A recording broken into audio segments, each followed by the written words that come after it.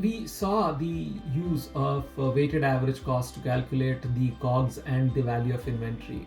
We will move ahead and now use FIFO for exactly the same set of numbers. Remember, FIFO, or first in first out, what we do is whatever is the older inventory which had come in first is the inventory that you send out first. Now, whether you do it physically or not, these are financial transactions. So what we're saying is the cost of the inventory which arrived earlier is assigned to the cost of inventory which is sold. Anyway, so we start this cost structure here, and we have this exactly same table here. I get 170 units more. So now I have two sets of inventories. I'll insert another row here. So because I have 200 units which I am going to value at $5, and additionally I have 170 units which I'm going to value at $6 for a total of this number times the value, so 1020. So this is, in fact, this is the inventory. I have two different stacks at two different values. Now I have an order for 150 units. Now I can either send these units, the first arrived, or 170 units. And remember, this is FIFO. So obviously what I'm going to do is I'm going to sell these 200 units first. So these 150 units I am going to value at $5. And because those were the earlier units from earlier, and this times this. And now again, I have two values of inventory which are left with me. I have 50 units, because out of this 200 I've sold 150 units. I have 50 units which are valued at $5, and I still have the 170 units which are valued at $6. And this is how my inventory value is at this point of time. Now I receive 190 units which I buy at $7. So now I'll have three inventory stacks. So I'll have to create two columns here.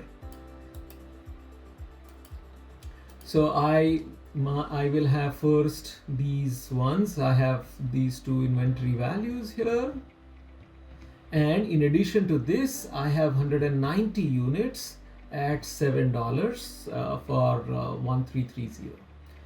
Now I need to issue 230. Now look at this, how it will work, okay? Because here also I need to add two more columns. So out of this 230, remember this number, I'm going to delete it for a bit. I have 50 which were the earliest, first in, so I sell that 50 units for $5. Then I sell the 170 units at $6. So 50 plus 170 makes it 220. I still have 10 units more, and that 10 units I take from the latest at $7. And so my total will be this times this number. And this is how I cost those three items. And the summation of this will be the cost that I assigned to this particular transaction. And at the end, I just have this 190 minus 10. I have 180 units, and I value that at $7. This is all inventory I have left. And then I get 150 units more. We follow exactly the same method. I will insert row here. I have the first 180 at $7, and now I have 150 at $8.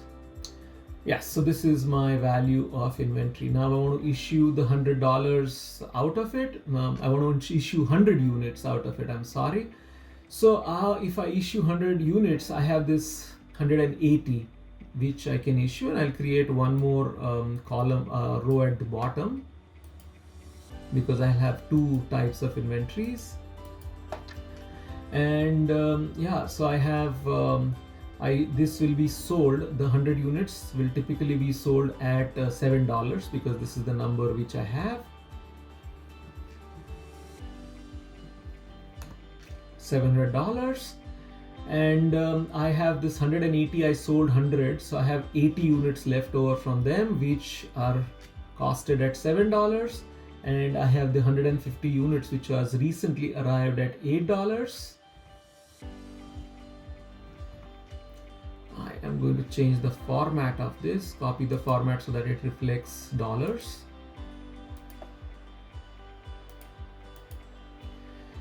And so my COGS is 2790 and my value of inventory is the sum of these two numbers. 1760 units.